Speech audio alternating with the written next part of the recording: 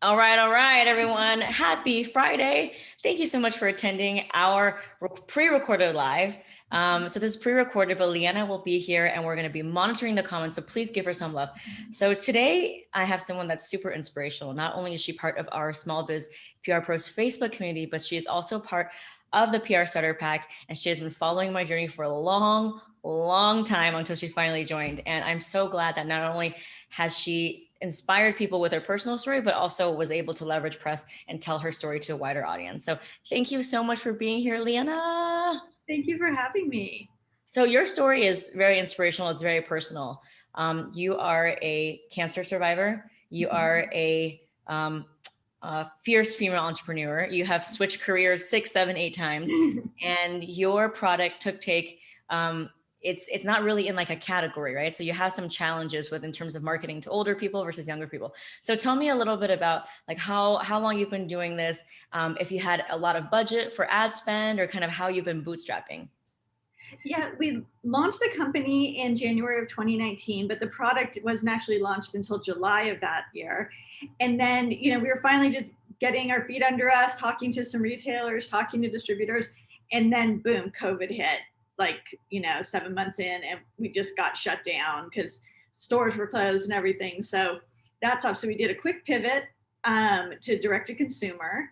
And yeah, we're totally bootstrapped, very minimal advertising. We tried Facebook for a little, but felt like it wasn't really working out, and we didn't really want to spend what we would need to spend to have an impact. So that's when I discovered you and PR and figured out like I can do that. I can talk about my product. I love my product. So that's what I've been trying to do, and really mostly talk about Tooktake and who it's for, because people assume it's for old people, like you said, but it's really for everybody else. It's not the greatest thing for the elderly. Like, we have some customers in their 70s who love it, but there's so many things designed for the elderly, and there's nothing else designed for like you and me to remember to take our vitamins. Or I have one pill I have to take every day, and I never had to take any medication until a couple of years ago.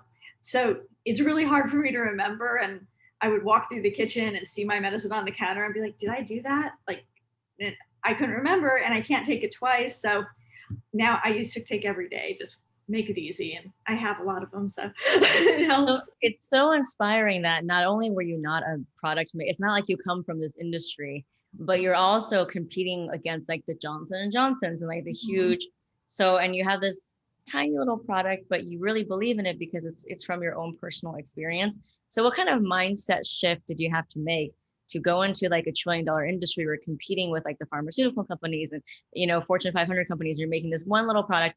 How did you even like get yourself to like keep going day after day with zero ad spend? Because these other companies have thousands, if not millions of dollars in spending on ads. And to be honest, for what your category is, it's all ads.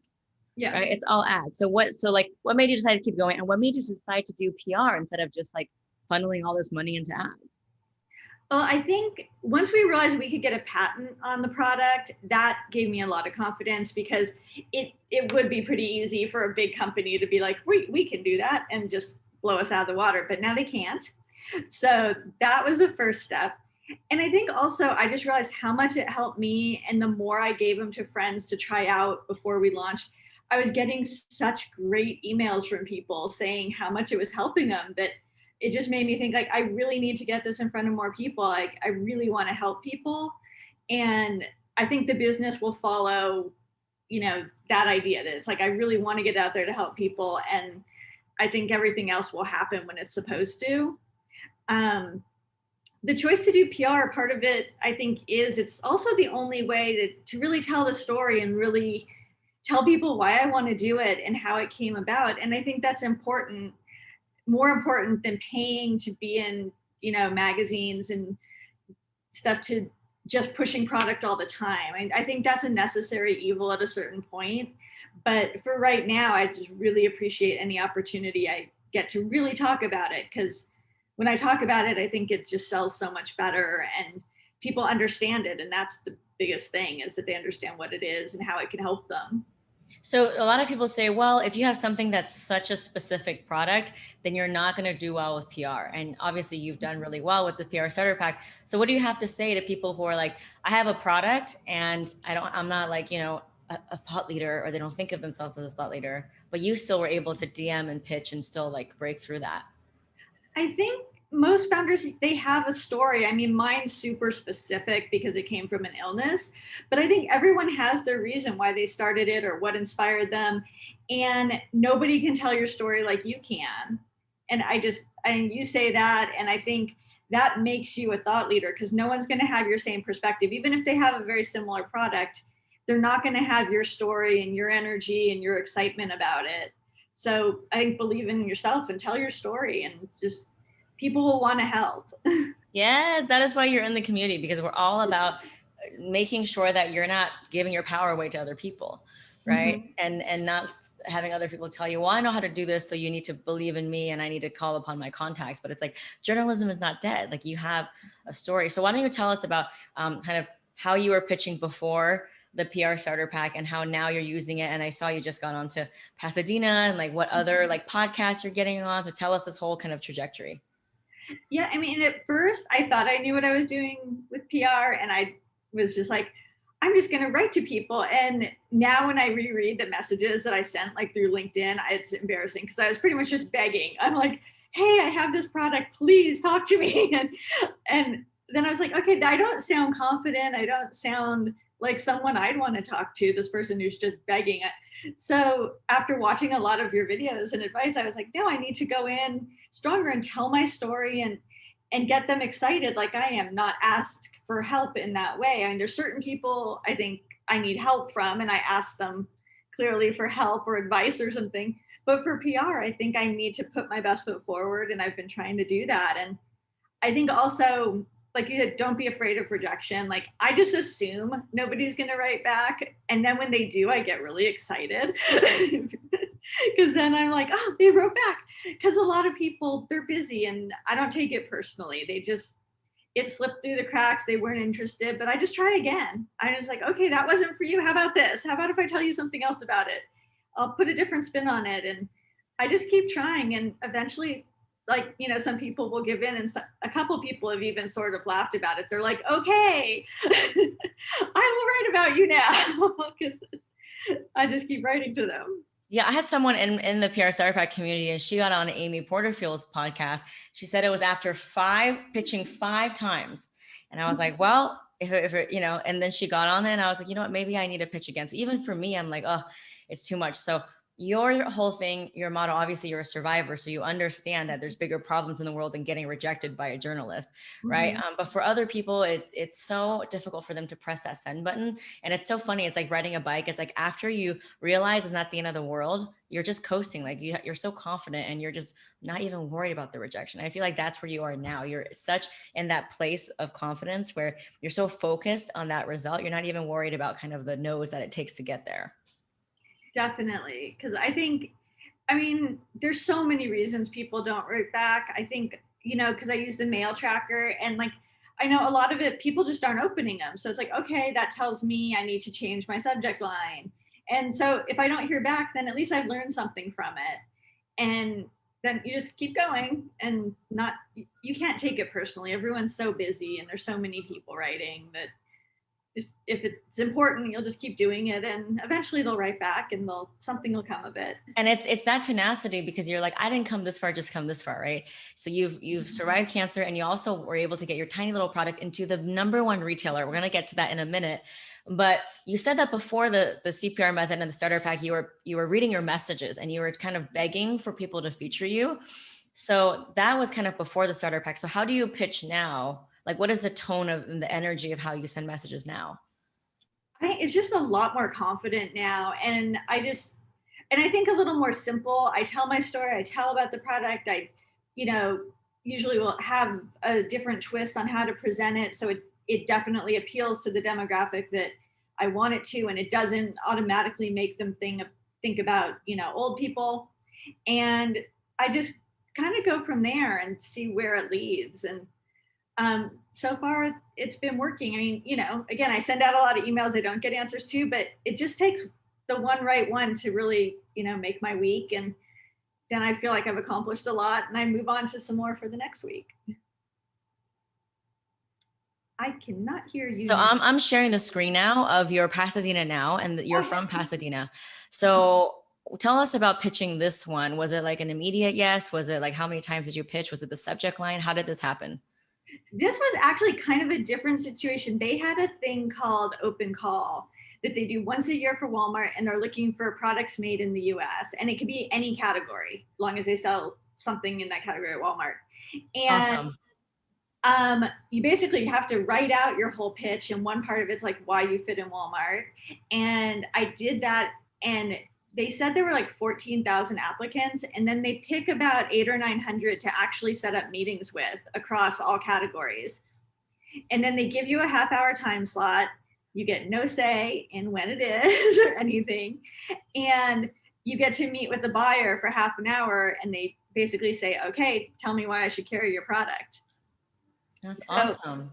One thing that really helped is that I had done so many of, writing the PR pitches and writing and trying to figure out what the strongest way to explain Tooktake was and where the benefits were, that when I went in that meeting, I felt really good. Like there was nothing they could throw at me that I wouldn't have an answer already kind of top of mind on, why do moms buy it? Well, why did you pick this demographic? I could answer everything because I'd already thought about it all. And at the end of the meeting, she actually told us first, she said, I love it, but we've already closed this section for the year. So we're not going to stock you till October 2022. And I was like, okay, well, I'm still in Walmart. It's a year away, but I'll be in Walmart. And then she actually called back 10 minutes later and said, I went down the hall. I talked to my boss. We're going to open it up again. We're going to put you in, means we have to redo all of our work we just finished, but we're going to do it. So now my God. You have a month less than everyone else, but you have to meet this deadline in like 3 weeks. And we're like, okay. So you basically not only convinced her, but you also convinced her to reshuffle everything that she had to put you not for right now, but not until 2022. Wow, Leeanna. Wow. Everyone, please give her a round of applause. Thank you. When she said 2022, like part of me wanted to just be like, no, please let us in. But I was like, no, I'm just going to say, that's great. It's wonderful. Thank you so much. And I was like, you'll be so happy once we're in, you're going to love us. You're going to have to wait a year. And I just stayed really up instead of being disappointed. And I think that may have helped her a little, just be like, oh no, I'm going to help her get in sooner. So it seems like this whole PR process for you, it's so much more than just pitching to press. It's getting clear on your story and your confidence. So how has doing PR this way, from like when you were begging people in the DMs, like how has it changed your view about your story and the opportunities that maybe you didn't think were open to you? I think it's opened it up a lot, just because I think now the more you talk about your own product, the more things come up and the more you know about it. And then it is, like I said, it's really hard for people to stump you with their questions. And if you don't get flustered and you can answer things, I think it gives other people confidence that, like, even though you're a really small business, you know what you're doing and they can count on you to come through. Because at the end of the day, whether it's a PR story or a retail store, someone's taking a chance and they're putting their neck out there for you. So they want it to be good. So I think doing my part and really giving them that confidence and not acting like they're doing me a favor is better, because they'd rather have a teammate than someone that they're like helping along in that way. Yeah, it's energetically, there's a shift. I'm so glad that you made. So now that you're on the other side of it, you have pitched, you've done the starter pack, you've gone into Walmart. What's some of the advice that you have for other people who are still not quite there yet, and they're still like any kind of like quick do's and don'ts, or things that you've picked up on that work really well or that don't work really well? I think try not to beg would be my don't. But I think write to anyone and everyone. If you have a question about your package, find someone whose product you like and just write to them. They may not write back, but they might. And I have found, especially on LinkedIn, people really want to help people. And, not like the CEO of Walmart or something, but like other entrepreneurs are really excited. Like, I like helping other people, and I'll share what advice I have. And I usually put a big giant asterisk saying, I'm not an expert, but here's what I did, or here's a mistake I made. Don't do that. Don't order 10,000 of your first package because you might not want that one later and you'll have a lot. But I think just reach out to people, whatever you need. And especially with PR, just start. They're not, I think everyone thinks that they're so important and everyone's going to remember everything they did. They're not going to remember if you wrote a really bad pitch a month ago.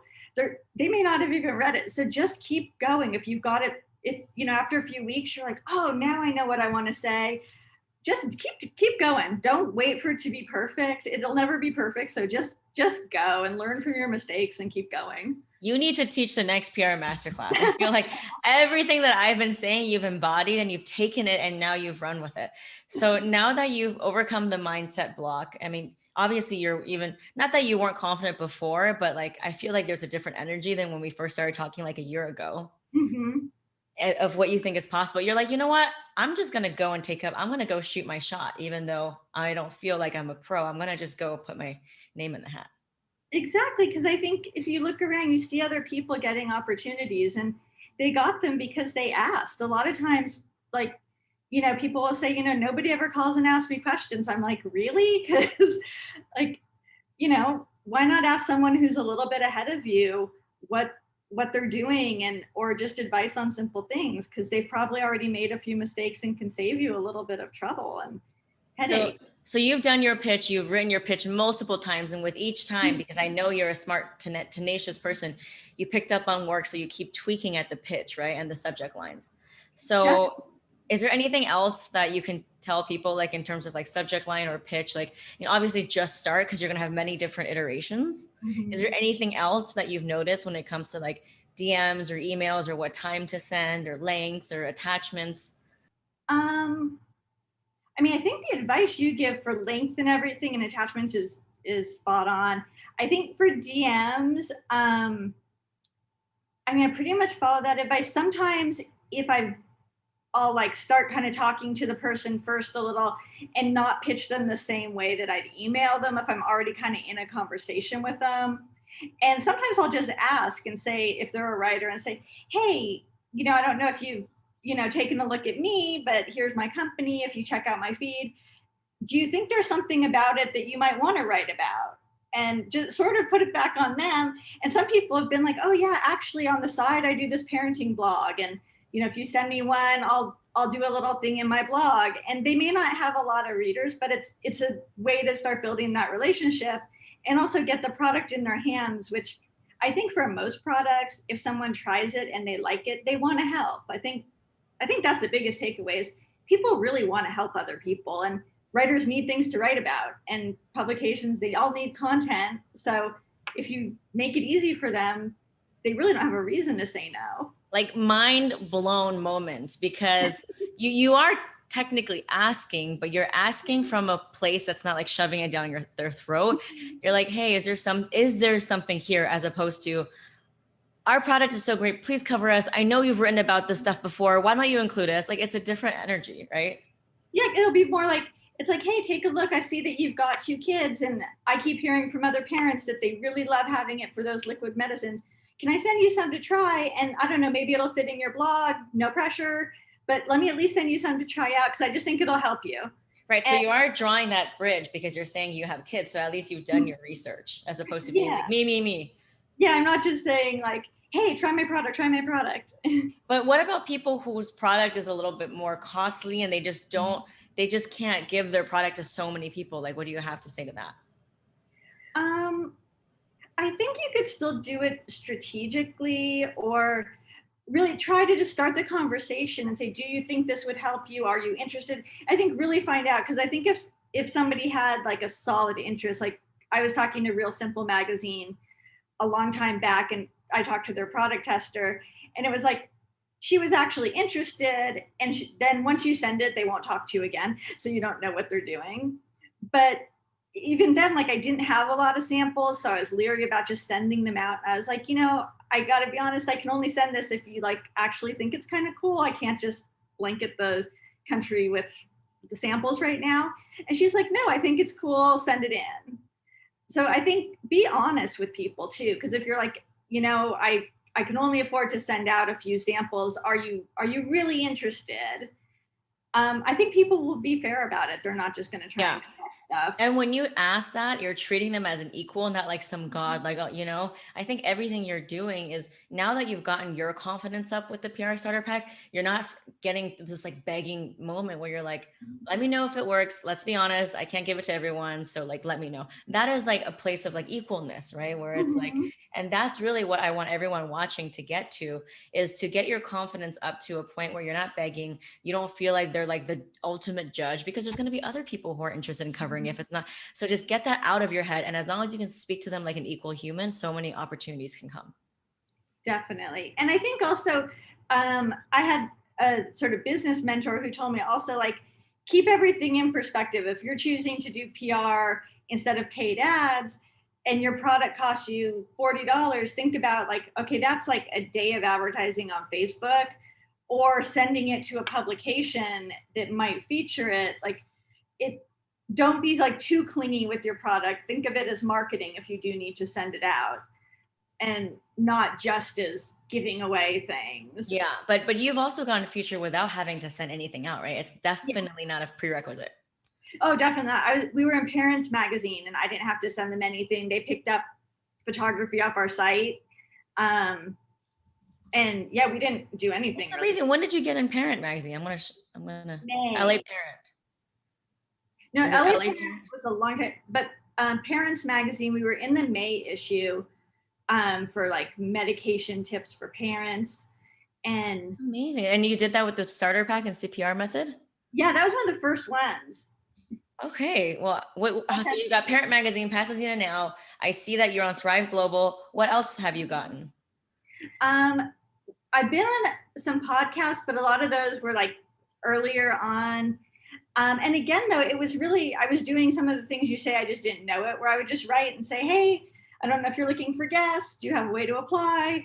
And sometimes just asking that question, they'd be like, oh, I already looked at your thing. You know, I clicked through and let's set up a time to talk. And so I didn't really have to do a lot. So many people, it's just about asking. Everyone assumes everybody's full and booked, and the really big people are, but you don't, like you said, you don't have to just be on the really big things. I love that. So you've gotten, I mean, and I know it took a lot of convincing for you to even invest in the starter pack too. It took like a year, and now you're finally here. We were on such a small budget, and I was like, I'm getting so much from watching all the free lives and everything. But then finally I was just like, you know what? I'm not getting 100% of it. Like I need that extra push, and I need media list. Mm-hmm. Like, I don't know, I need to make that commitment to doing this and just working through it. And it was the best thing. Oh, I'm so happy to hear that. I just uploaded like 500 more contacts for a podcast. So you should definitely get in there and start pitching to podcasts. There's a lot of like female entrepreneur podcasts, and I think that they would love your story as well. Oh, great. I will check that out. So thank you so much for, after 1 year, you know, I finally convinced you. You finally convinced yourself, I think, is the work that you needed to do to get yourself in that place where you realize you are worthy of all the opportunities. What is your goal for this year? We got 6 months left. So tell us about what are your goals. I really believe in putting it out there and manifesting it. I think to continue getting into more retail channels. I think that's really the goal for the rest of the year, is to just work that out and hopefully bring the PR along with that. 100%. So now that you can say that you're in the #1 retailer, think about how powerful that is to put into your pitch in the seek for credibility part. Yay. Thank you so much, Nan. Is there anything else you want to, do you have your product to show us actually? Like, Yeah, I do. Yeah, give us a little tour.